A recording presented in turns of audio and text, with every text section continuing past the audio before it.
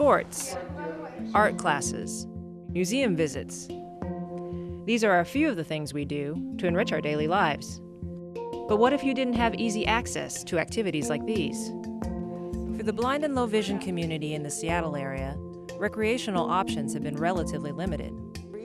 Then Pat Copeland and a number of other volunteers started Vision Loss Connections. The reason that we formed Vision Loss Connections is that when I had a vision loss, for me it was about 6 years ago, partial vision loss, I looked around and I wanted to know about what things were available, to do more social, sports, recreation, and there really wasn't much. Who looks to be running away from these soldiers? We first organized a support group, and then from that we started to do other things. Those other things included organized sports. Goalball is a sport often described as soccer for the blind. Vision Loss Connections brought back Seattle's first team in 30 years.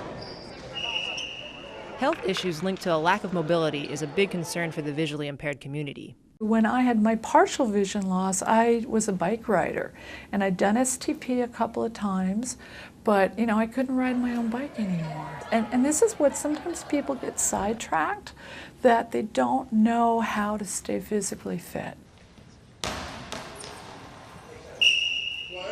Goalball is a rigorous workout that also helps to build confidence. We do have a challenge to be active. It's really important as a person like myself to get that social aspect in, because it's easy to get isolated. I think it is that way for most people in this society. And so this is a way to break through some of that as well, break through the isolation that happens when you have a visual impairment. Books are readily available in Braille and audio form, but book clubs turn what can be a solitary activity into a group experience and link up the region's resources. In partnership with the Seattle Public Library and CLEO Brooks, it's a monthly book group, and that also is in partnership with the Washington Talking Book and Braille Library.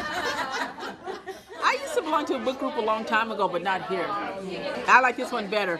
A lot more friendlier, and a lot of people that I can enjoy, and people are really kind here and fun to be around. We talked about, well, maybe we should have some social time, some time to get together. And then it started out, well, maybe we'll get here about 10 minutes early. Now people are arriving at 11:05. And Vision Loss Connections is doing something new at art classes. This is the first class, the first time we've done this. This is our first experience of teaching them tactile art. This is the next step, sort of bringing the art to them, empowering them to do art.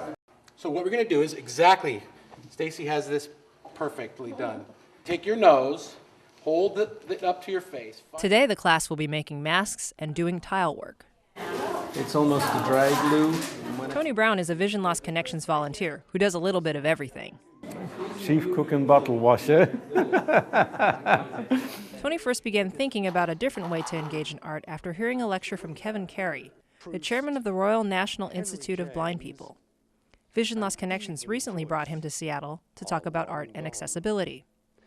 But I do think that we need a radically experimental strategy to bring the image alive. When you're talking about accessibility to the arts, the really tough people to have accessibility is blind people. So I got thinking about this, and it realized that there's this whole rich palette of tactile art, that anything that was tactile you could use as your medium as opposed to paint, and that you could really create an art genre using materials that you find in everyday life.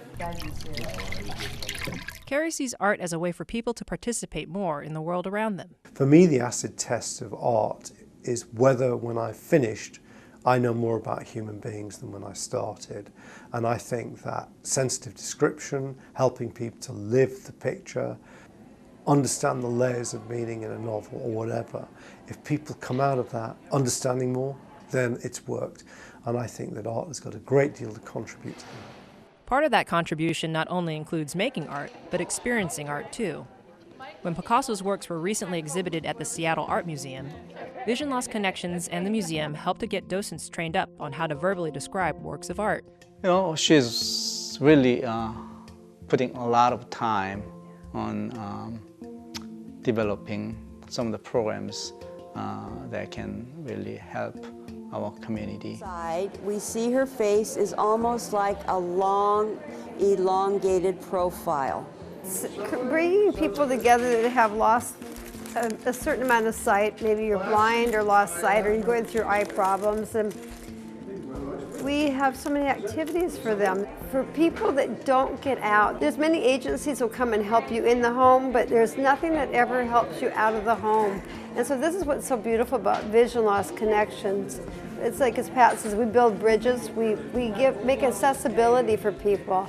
Through this, I've made so many friends and so many people that can understand me, that understands my needs. So I think that's why I love it so much.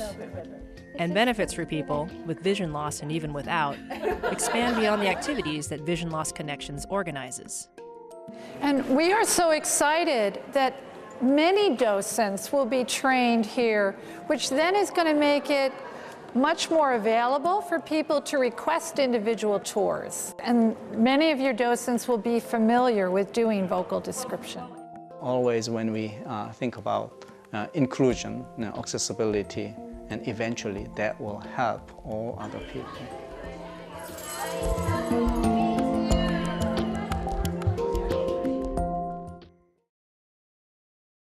Watch CityStream Thursday nights at 7 on the Seattle channel, or get video on demand and podcasts anytime at seattlechannel.org.